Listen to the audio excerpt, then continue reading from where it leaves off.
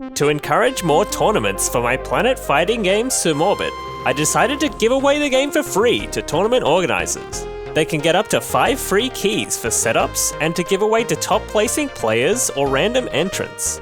There was a tournament in Perth that took advantage of this. The consensus was that it was a lot of fun.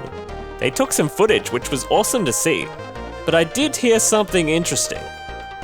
Those portals, they teleport. They teleport the moons as well, be careful. Oh, there's 2 moons! Actually planets, bro. Actually, they're stars. You know, like the sun? Well, why are they so small? Well, the game is set in the future where the sun shrinks. Nobody cares! So I spent 3 hours fumbling around in Shadergraph trying to make them look more like the sun. After posting a clip, I found out I made them too realistic. A player messaged me saying that it messes with their eyes. After they pointed it out, I started to see it too. Even though it's significantly less bright than a white screen, there's something primal that tells me to look away from images of the sun. So I added a toggle in the settings to turn on sunglasses. And hey, the effect is pretty cool. You can actually notice the time I spent in Shadergraph now. To limit test these new stars, I made a map with a black hole in the middle and stars surrounding it, where you can bounce off of the small rings to prevent yourself from going in. But these stars will eventually get eaten by the black hole, causing it to grow, while also leaving a gap. To prevent players from completely avoiding the black hole, I made the outer ring always bounce you back in. There is no escape. This map ended up being a little more random in terms of who won, which is fine for casual play, but might make it contentious for tournaments. Speaking of tournaments, at this point, I hadn't lost to anyone else in months at my local playtest brackets. I came close when Swait returned, but I abused the power of Uranus. Nerf after nerf, and somehow the character is still broken. At some point, grab time and health drain ballooned so much that if one Uranus grabbed another with no spinning to break out, it would take almost all of its health. First, I reduced health drain by 1/3 and increased grab recovery time, so they couldn't just repeatedly grab you. Next, I focused on spinning. People were still not fully understanding which way they should spin during grabs.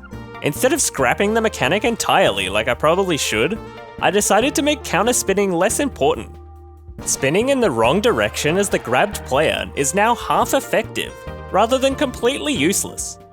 I also changed the color of the spin rings to better communicate when your spin direction is effective.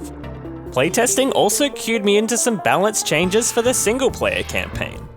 One of my friends who'd playtested the game a lot had started to get the final relics in Chapter 1. I woke up to these messages. Soul Survivor is still like awful. AI Planet's parrying is just totally aimbot parry on a coin flip You just system gotta with pray no every thought in it. interaction. There's nothing to learn No in this skill level. It or is strategy. easily 70% Okay, RNG. yeah, F this level. I ain't playing it anymore. I don't know, I've spent with no hours on it, hyperbole, and I think this is one of the worst designed levels or challenges in a game I've ever played in my whole life. I definitely tilted off the face of the earth. I apologize. And I thought I was my harshest critic. While I wanted the Soul Survivor relic to be difficult, I didn't want it to be something that people needed to spend hours on. The goal is to finish with a completely filled health bar, not just taking no damage, but actively leeching health from other planets and the sun to double your health. This can be difficult when Every play you make is at the mercy of 7 other simultaneously coin flipping aimbots. it can help to play defensive and try to single out other planets. Once you get down to a 1v1, you can grab the sun for extra health. To make things easier, the sun now gives double health when grabbing it, and the AI can no longer grab the sun, which reduces their health pool and keeps the ring bigger for a 1v1. Now you just have to finish them off while maintaining a full health bar. A few other people playtested the campaign, and I noticed almost everyone in the second mission gave up on bouncing and decided to just carry the cargo through the asteroid belt instead.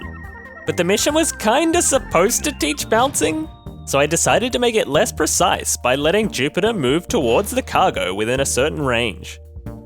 In my ongoing battle with performance with my MacBook Air, I found out that too many particles were a huge factor in poor performance. So I added a reduced particles setting. It stops particles from spawning from impacts and prevents background particles from moving. I fixed some other performance hitches, like a stutter at the end of a round and lag on the color selector.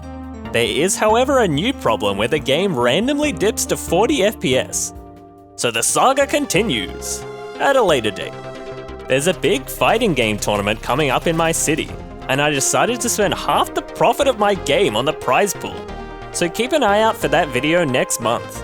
And if you haven't already, get Sumorbit or play the free demo on Steam.